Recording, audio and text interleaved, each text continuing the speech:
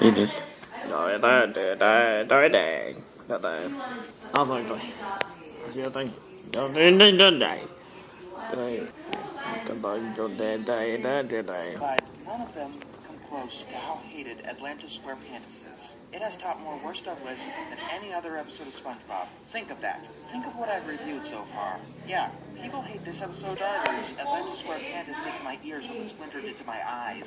But let's go deep. None of them come close to how... Yeah, people hate this episode more than any of those. Well, for starters, Atlantis did to my eyes. But let's go deeper into why this is such a terrible piece of crap. It starts with SpongeBob blowing and popping before he gets the opportunity. Patrick blames the camera.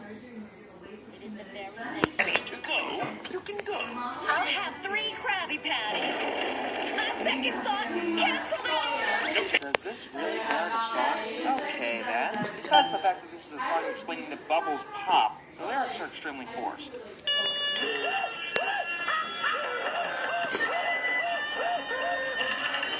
is a song explaining that bubbles pop. The lyrics are extremely forced. Siren! Oh, pirate, am I? All right. Pointless song. SpongeBob blows a bubble that encases the both of them. It lifts them off the ground and sends them careening into a random cave. The Bubble Bottom Museum. We cut to Mr. Krabs being his usual greedy self, charging people to get into the museum on a day when it's supposed to be free. When he's up the building, and it just so happens that Squidward is already there, of Atlantis, and thinks that SpongeBob stole it. Loach. I'm a tyrant. The worst in only 17. What of it? Season or 2. It turns out that SpongeBob didn't steal the amulet of the other half of it. While Squidward is ranting on about Atlantis, I'm just thinking of if the writers actually know what an amulet is. To be worn around your neck, not a big fat medallion. It disappeared. Hear this. I'm captain of this ship, Captain Krabs. And I say... Realization. SpongeBob and Patrick learn with the oldest living bubble. They currently...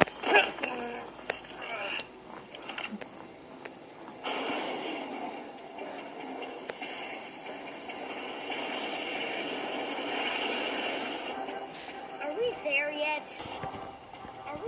yet? We'll get there when we get there. Faded? Come on, really? A fucking bubble? You guys can do better than that. Hello, worthless students. I'm your new instructor. No one's ever failed my class. Let's live through it. Try. Oh, and Sandy just so happened butting into their conversation about Atlantis. So we've spent like 3 minutes. Squidward likes art, SpongeBob and Patrick like bubbles, and conversation about Atlantis. So we've spent like 3 minutes establishing that Mr. Krabs opened the way to Atlantis. Squidward is able to the laser, which causes a van to drop out of the ceiling. Then the amulet goes into the van because... it's magic. Inside the van, we get...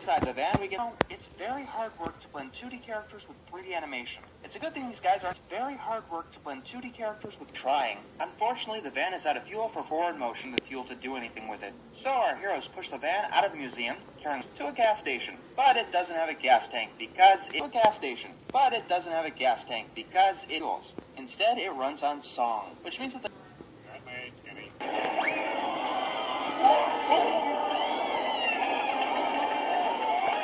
Dia lain dah.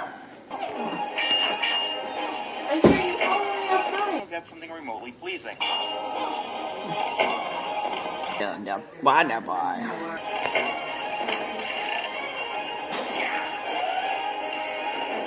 Bacon. Đó này. Bạch. Rồi thấy. Bạch. Cái này là. Con John. Trời nó. I just said that. Decides to get these complete strangers into our city. Then we cut to blanket from others. What kind of exhaust does song create? Strangers, a tour of his escapes from an exhaust pipe. What should we do with this tyrant, Captain Squidward? Lyrics are forced, but it's more like they're struggling in desperation. No! This is mutiny. Listen here, Squidward. This is what they're proud of. You know, this an art style than what they normally do, but they've got to have a reason for it, beyond substituting style for substance. As for the actual song, let's not get ourselves. They can use the song that they wanted to use. Yeah, this is a major ripoff of Willy Wonka. Yeah, that looks so futuristic. It looks like the Commodore 64. Yeah. Yeah, this is a major ripoff of Willy Wonka. He's out of the group. Then they go to a group. Then they go to a lab full of high-tech gear. Yeah, that looks so futuristic. Before we have more functionality on it. Extra, if you want to show us a lab, give us some of those electric orbs, Tesla coils going off, or maybe even an everlasting gobstopper. Size some creativity. If you want to show us a lab, give us some of those electric orbs, Tesla coils going off, or maybe even an everlasting gobstopper machine. Instead, we get a machine that turns anything into ice cream. The practical applications for that would have more functionality on it. Exercise some creativity. Give us some of those electric orbs, maybe even an everlasting gobstopper machine. Instead, we get a machine that are infinite. People to fight germs hand to hand. All right, head of the game. SpongeBob, Squidward. Go for a Krabby Patty. I'm calling the local Krusty Krab right now. Extremely advanced civilization goes into an NES game. Actually, that's not fair. NES games put effort into their visuals, their enemy designs, and their sound direction. Speaking of which, it's a sound direction. Speaking of which, it's about that. Oh, I'm afraid the crew insists, sir. That's right, this gives us 2 songs. Well, somebody has to step up, fight that monster, and become captain.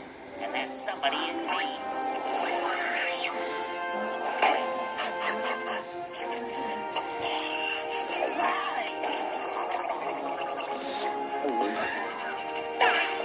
An actual Atlantean culture. Trust me, buddy, no you don't. Buddy, no you don't. Why would I want to be captain to such a sorry bunch of... In the episode Burp. Speaking of which, it's Squidward's turn.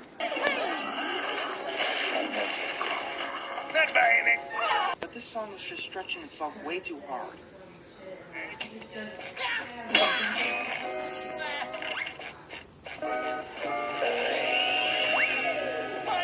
Build up, or a half-assed attempt at it. Apparently this bubble is improvisation because I don't fucking know. That's it.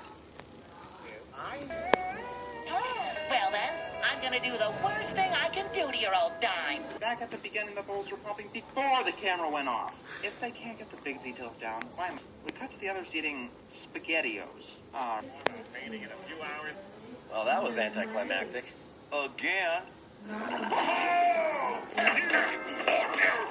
And when questioned, Patrick spills the beans.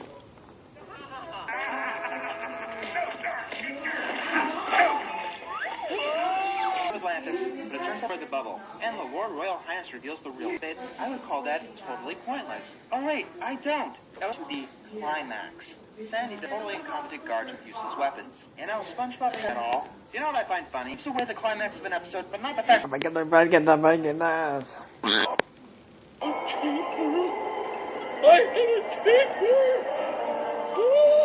Wow, you guys get over something you figured out how to carry billions of light years through, get shoot onto the bus, the aim gets Atlantis Square Pantas. Had any flaws? The first one of them, anyway. Yeah, considering SpongeBob you're fired, they're still doing shit like this. Anytime that the story didn't take a break to throw us into a silly Wonka.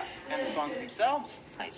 Especially compared to the schlock that these 4 assholes shoveled down old Twilight Sparkle. At least that these 4 assholes shoveled down here, but at least it told its own story, and didn't rely on stupid visual gimmicks that didn't require any real effort. One writer. I'm the mysterious Mr. Enter, and I'm out.